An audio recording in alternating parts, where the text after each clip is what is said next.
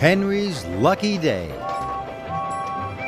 The winter holidays were coming, and a thick blanket of snow covered the island of Sodor. Snowdrifts blocked the lines, and the tracks were very slippery. The engines felt frozen from their funnels to their footplate. But Henry puffed happily through the snowy countryside. None of his lines were blocked.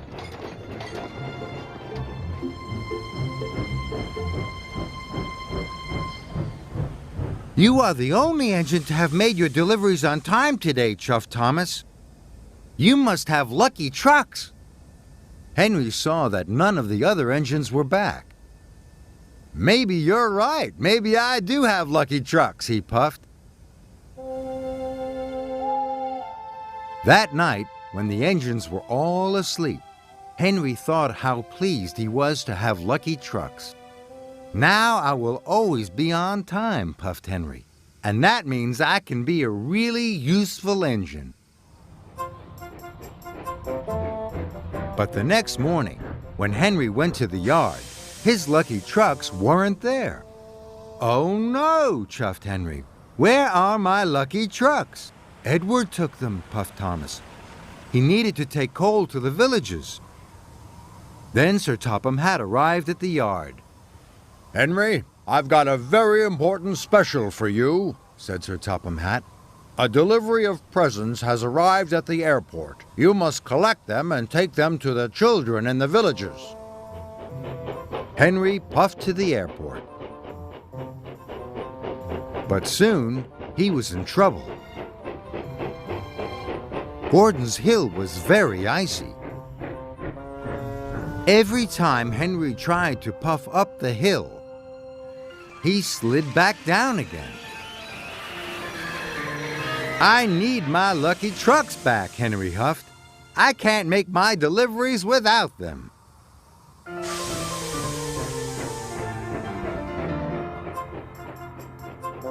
"Must find Edward, must find Edward," chuffed Henry. Then a snowslide came down and blocked Henry's way.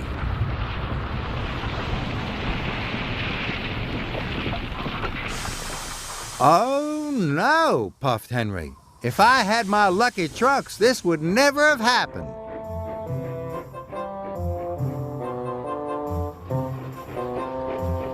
Henry puffed up the line.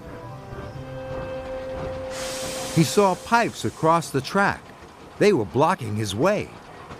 "I thought you were collecting presents," chuffed Molly. "You're supposed to be at the airport," snorted James. "Edward has my lucky trucks," whistled Henry. "I must find him." "Don't worry," called Rocky. "I'll have the line cleared in no time." Henry waited sadly as Rocky lifted the pipes from the tracks. Then he chuffed on to find Edward and his lucky trucks.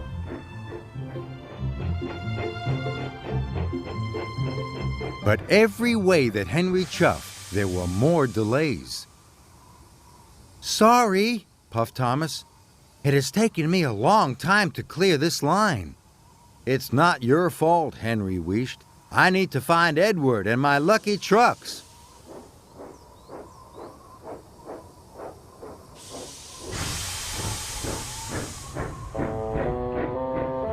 And Henry puffed sadly away. Henry couldn't find Edward anywhere. "I'll never see my lucky trucks again," he sighed. But when he puffed into the frosty forest, there was Edward with Henry's lucky trucks.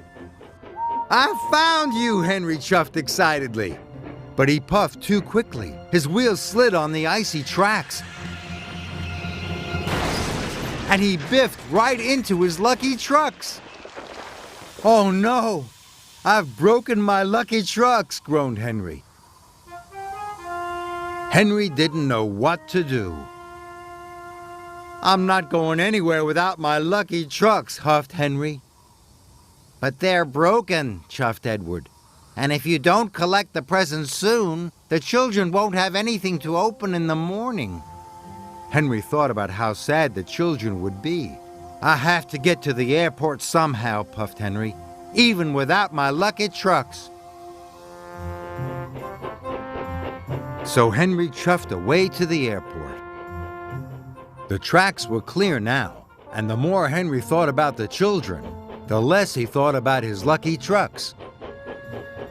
Henry puffed up Gordon's Hill. The track was very icy. His wheels started to spin, but Henry puffed harder and harder. He inched his way over the top of the hill.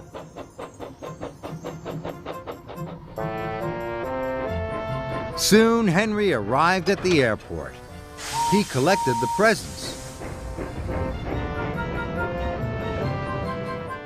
and puffed across the island, making his deliveries.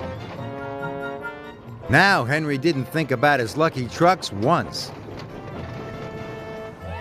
All he could think about was delivering the presents on time. Children were waiting at the station. "Good old Henry!" they cheered. Henry felt very proud, and he steamed along the track.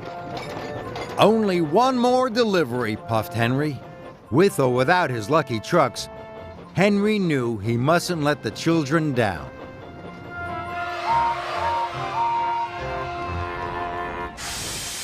"I've delivered all the presents," chuffed Henry happily, "and without my lucky trucks. Maybe the trucks weren't so lucky after all." But when Henry saw the children's smiling faces, he knew he was still the luckiest engine.